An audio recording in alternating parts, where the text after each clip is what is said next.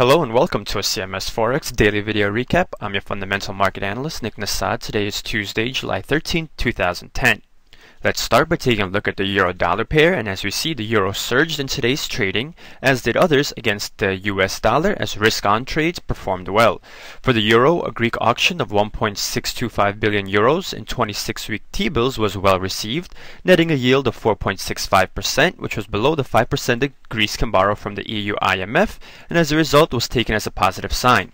It was enough to shake off a downgrade of Portugal's credit rating to A-, 2 notches lower from Moody's. The second factor here was strong performance in European stock markets, which carried over into a big jump in US stocks at the New York Open. It's the beginning of earnings season in the US, and Alcoa was the first of the Dow components to release its second quarter earnings. The results were better than expected, as the aluminum giant reported a $136 million profit. The news helped the Dow Jones rally, and the main three U.S. indexes jumped out to gains above 1% in the morning trading, as the early earnings lifted expectations for corporate strength in the second quarter and boosted materials and industry stocks. The euro rallied from an overnight low of 1.2520, moving above 1.27, reaching a high of 1.2737, slightly above our highs from last week. From low to high, that's a gain of more than 200 pips in today's session. After such a strong rally, the pair may be due for a bit of a pullback before it extends its gains. Taking a look at a 4-hour view of the pair, we see that today's high is the highest we've seen since May 11th. And the next level of very clear resistance is at the 1.31 level, though I'm sure we'll hit several resistance levels before then. Still, it's an important move in today's session, very strong candles. And if we are able to maintain above this 1.27 level in the next couple of days, it could mean further gains for the euro.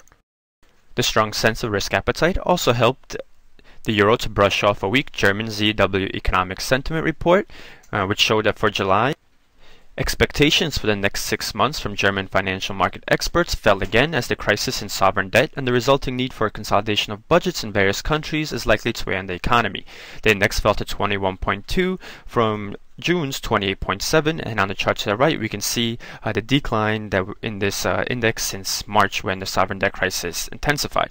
However, on a positive note, the current conditions index rose into positive territory for the first time since July of 2008. Similar to the euro-dollar pair, the pound-dollar was a strong performer today, as its dip overnight didn't even manage to test the low we had in Monday's session, and following the move to 1.4960, we rallied to set a high at 1.5190, which was back in the range we had seen throughout most of last week, more towards even the upper part of that range. Now we have very strong resistance at the 1.5220 area, so we'll see what happens if the pair brushes up against that in today or tomorrow's trading. A report that may have helped the pound was UK inflation data for the month of June, which showed inflation slowing less than expected by economists, as price pressures remain resilient. Consumer prices were up 3.2% in June compared to a year ago, cooler than the pace in May but higher than forecast. The persistence of inflation may bolster the case of Andrew Sentence, who has argued and voted for raising the record low benchmark interest rate set by the Bank of England, which is currently at 0.5%. He is the first member to vote for an interest rate increase in 2 years, as the other members of the Monetary Policy Committee believe that the slack in the economy will work to weaken price pressures. The Bank of England is keeping rates on hold in order to support the economic recovery. We had a couple of other reports from the UK, as sluggish demand and increasing supply in the housing market took British house price growth in June to the lowest level in 11 months, according to the RICS House Price Balance. The index measures the difference between the percentage of surveyors reporting increases in prices and those reporting decreases, with the net difference at 9%, weaker than expected. A second report from the Department of Communities and Local Government said that house prices were 11% higher than last year in May, while economists were looking for a more modest 10.2% increase. The contradictory message highlights the continued uncertainty in the housing market, though as market conditions become less favorable for sellers, it could be expected that housing prices fall, already reported on some indexes, will become widespread in the months ahead. Another set of reports showed that the BRC Retail Sales Monitor for the month of June saw sales up 1.2% compared to a year ago. The rise was boosted by good weather and a positive impact from the World Cup. Another report, the Conference Board Leading Index for the UK, increased in May following gains of increased 0.3% following gains of 0.6% in April and 1% in March. Still, there's a pattern of slowdown in the index as confidence is being hit by the proposed government austerity measures in order to cut the large UK budget deficit. The cuts are expected to cut into growth as government spending is reeled in, but a slowdown in growth is likely several months away. Returning to our market highlights, as I mentioned, risk-on trades performed well in today's market, and the US dollar Canadian dollar, after moving to retest its high yesterday in overnight trading at 1.0385, moved in favor of the Canadian dollar, breaking below our support for this week at 1.03 and setting a new low at 1.0275. If we stay below that level, that could mean that we move to target the 1.0220 area, our support from back here in mid-July, or this low on June 20th at 1.0140. The Canadian dollar was boosted by higher equities in North America as well as higher oil prices. Similarly, the Australian dollar-US dollar pair moved in favor of the Australian dollar, which is the case when there's a risk appetite, breaking above its resistance that we had seen to end last week and in early this week at around the 0.8780 level, with the break coming around noon New York time as we reached a high of 0.8820 as we filmed this broadcast. Turning to U.S. trade data now for the month of May, we saw the U.S. trade gap rise to a higher than expected $42.3 billion. That's the highest trade deficit since November of 2008. However, if you look closely at the data, both exports and imports increased modestly from their April levels as exports grew 2.4% and imports were up 2.9%. The higher imports can be taken as a good sign in that it was not led by increases in energy prices, but instead by imports, especially from China. Increased imports and a larger trade deficit for the U.S. usually illustrates a growing economy as consumers spend more on foreign goods. Now, if the rise in imports was led by higher oil prices, that would be a different story, but in May, oil prices and volumes actually declined.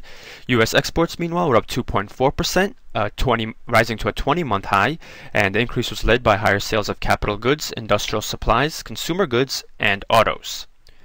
The Canadian trade balance, meanwhile, showed another month of deficit in May, with the country posting a 503 Canadian dollar million shortfall after a 330 million shortfall in April. So that's the third month in a row that the Canadian economy has posted a deficit. However, here too, the data is better than it appears at first, as both exports and imports rose, with the gain in imports at 5.7%, outpacing the gain in exports of 5.2%.